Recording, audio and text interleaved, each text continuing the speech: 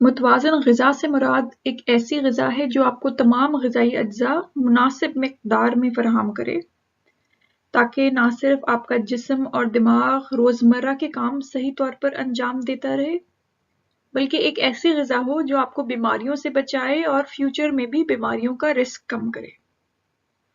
آپ دنیا جہان کی کامیابی حاصل کر لیں، دنیا کے امیر ترین شخص بن جائیں، لیکن اگر آپ کی صحت اچھی نہیں ہے تو آپ کے لیے سب کچھ بیکار ہے۔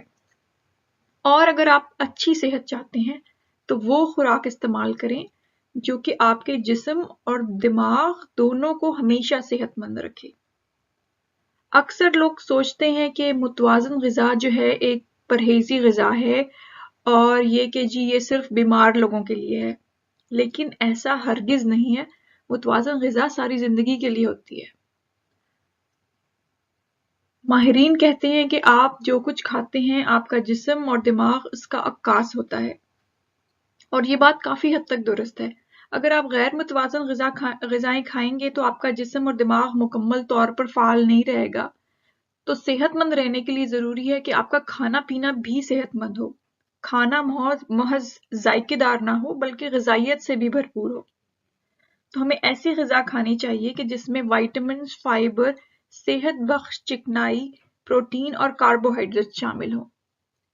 یہ سب حاصل کرنے کے لیے اب ہمیں جاننا ہوگا کہ کون کون سے فوڈ گروپس یہ غذائی اجزاء حاصل کرنے میں مددگار ثابت ہو سکتے ہیں۔ تو چلتے ہیں اگلے سلائیڈ کی طرف۔ سائنس کے حساب سے غذا 5 فوڈ گروپس میں تقسیم کی گئی ہے۔ ان فوڈ گروپس کی گروپ بندی غذائیت یا نیوٹریشن کی بنیادوں پر کی گئی ہے۔ اس سلائیڈ پر آپ ایک ایٹ ویل گائیڈ دیکھ رہے ہیں جس میں ایک پلیٹ کی شکل میں سارے فوڈ گروپس دکھائے گئے ہیں۔ آپ اپنی غذا کو متوازن یا صحت مند بنانے کے لیے اس تصویر کو ایز اے گائیڈ استعمال کر سکتے ہیں۔ تو سب سے پہلا جو فوڈ گروپ ہے جو کہ سب سے بڑا بھی ہے وہ ہے پھلوں اور سبزیوں کا۔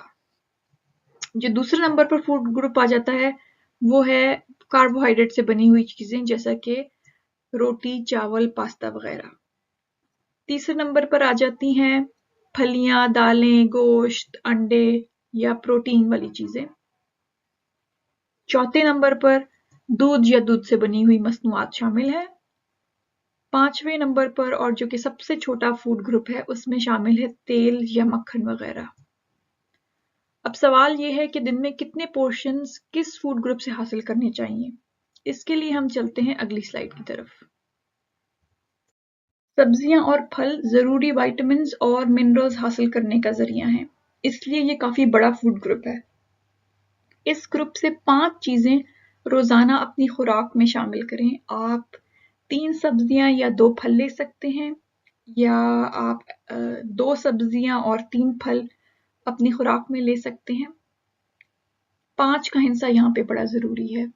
پورشن سائز دیکھنے کے لیے یہاں پہ ایک تصویر دی گئی ہے۔ ایک صحت مند پورشن 2 ہتھیلیوں کے برابر ہے، لیکن اگر آپ خشک میوے یا ڈرائی فروٹ اپنی ڈائٹ میں شامل کرنا چاہیں تو 1 چمچہ جو ہے وہ ایک صحت مند پورشن شامل کرنے کے لیے کافی ہے۔ بسکٹ یا چپس جیسے سنیکس کی جگہ پھلوں کو اپنی ڈائٹ میں شامل کریں۔ لنچ اور ڈنر میں سائیڈ سیلڈ ضرور یاد رکھیں۔ جتنے مختلف سبزیاں اور پھل آپ اپنی غذا میں شامل کر پائیں گے اتنے ہی مختلف وائٹامنز اور منرلز آپ حاصل کر پائیں گے۔ تو مختلف ورائٹی والی چیزیں جو ہیں وہ کھائیں۔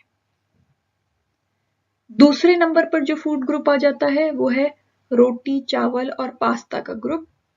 آپ دن میں جتنا کھانا کھاتے ہیں اس کا 1/3 کھانا اس گروپ سے آنا چاہیے۔ کوشش کریں کہ ہمیشہ ہول گرین والے اناج کو غذا کا حصہ بنائیں، جیسا کہ بغیر چھنا ہوا آٹا، جو یا براؤن رائس وغیرہ ہو گئے۔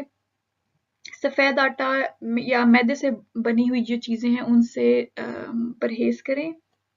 اس فوڈ گروپ سے ہمیں فائبر حاصل ہوتا ہے، اور فائبر رچ غذا جو ہے وہ دیر سے ہضم ہوتی ہے اور جس کی وجہ سے ہمیں بھوک بھی دیر سے لگتی ہے، اور اس فوڈ گروپ سے ہمیں زیادہ وائٹامنز اور منرلز حاصل ہوتے ہیں۔